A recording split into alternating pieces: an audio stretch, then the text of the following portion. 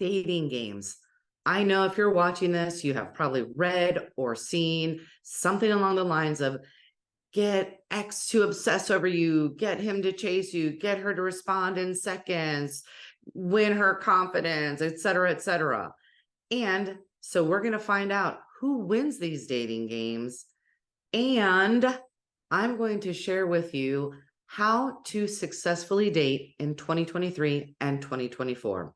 Let's dive in.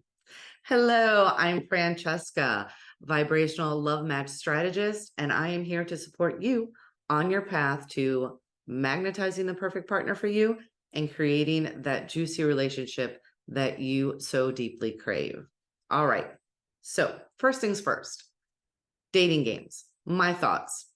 Who wins? Nobody. It's a lose-lose. I know that may not be what you want to hear, but I'm not here to tell you what you want to hear, but what you need to hear. So here's the thing. Dating games are a form of manipulation. So if you really, truly crave a relationship, why would you start off with a dishonesty, trying to control the outcome, the behavior of the other person? I know it's super tempting, and I know you may have been dating for a while and you're super frustrated, but that's not the healthiest path to go down. And there's no judgment. It's okay. We've all read those things and been like, I wonder, and maybe even tried a few.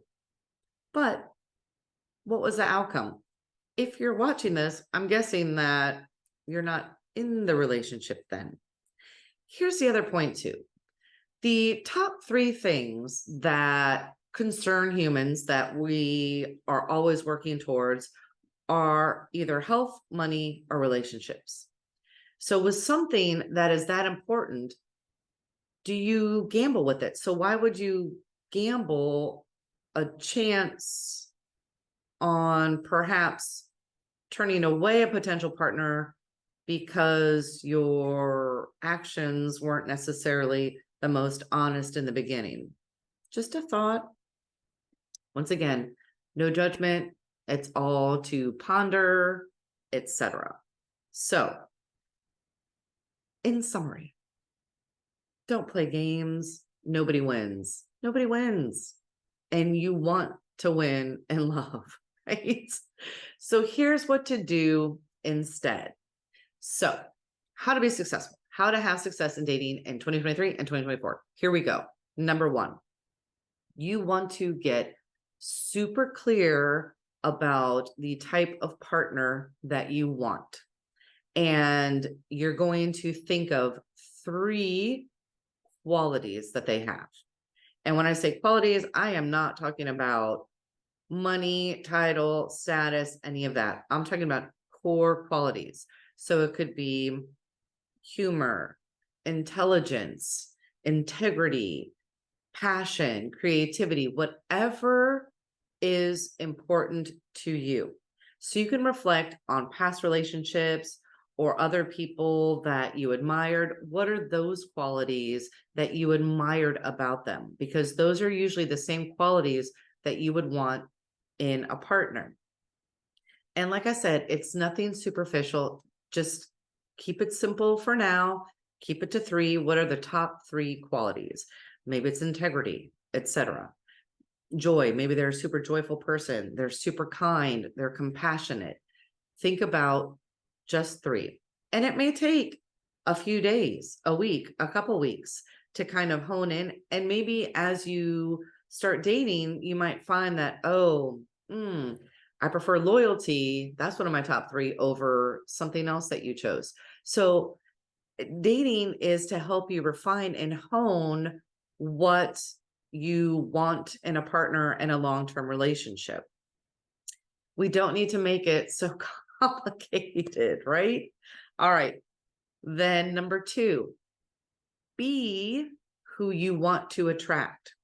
So if compassion or kindness or intelligence are what you want to attract, how do you embody those? And how do you express those in your daily life?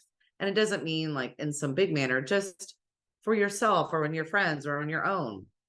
How do you hold those and really crank up valuing those even more? Because then that is going to keep that magnetism coming in. All right. Number 3, be honest and be kind. So I know that seems maybe a little like, well, duh, but truly, you can be honest and be kind. So if you went on a date and you just know that, yeah, this isn't going to go anywhere, it's okay to say that. And in a kind way, in a compassionate, gentle way, and say, you know what? This was really great. Thank you for meeting me out. It was really great to spend, this hour with you, whatever it is. But I just don't think that this is going to be the best fit for me for long term. I wish you the best, etc. And also on the opposite end, if you had a great time, be like, you know what? I had a really great time.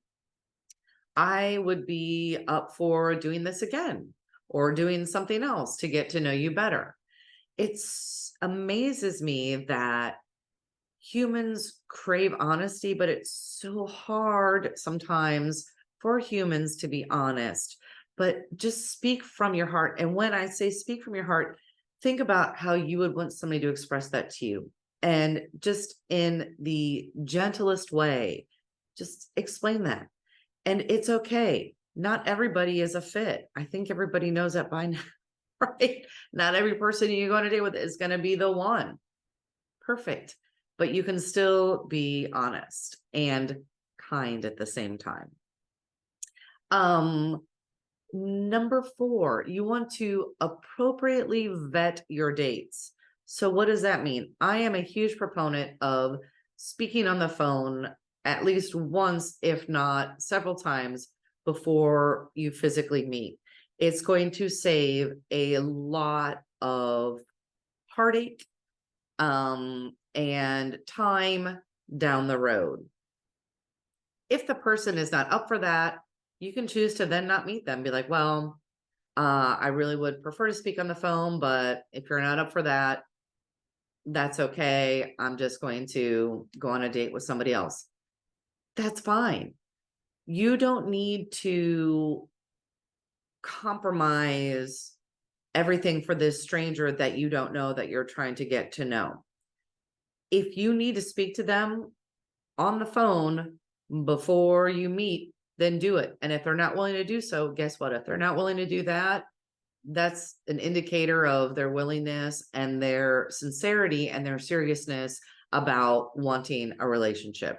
And just next, move on. There's lots of people out there that I'm sure would love to go on a date with you and would be more than happy to talk with you on the phone before meeting. And then number 5, keep your expectations like appropriate. So yes, get excited for that date. Absolutely. And remember, it's just a date. The first date is simply just to see if there is some type of connection, that you get along well, that there's a little bit of interest. Then you can set up for date number 2. So date number 1, you're not going to know everything about this person. It's just simply you're testing the water, right? Dipping the toe in. Is this somebody I would like to have another date with? And then just go from there. So keep your expectations like appropriate for where you are in the dating journey. And don't expect to learn, like I said, everything about this person on the first date, second date, third, etc.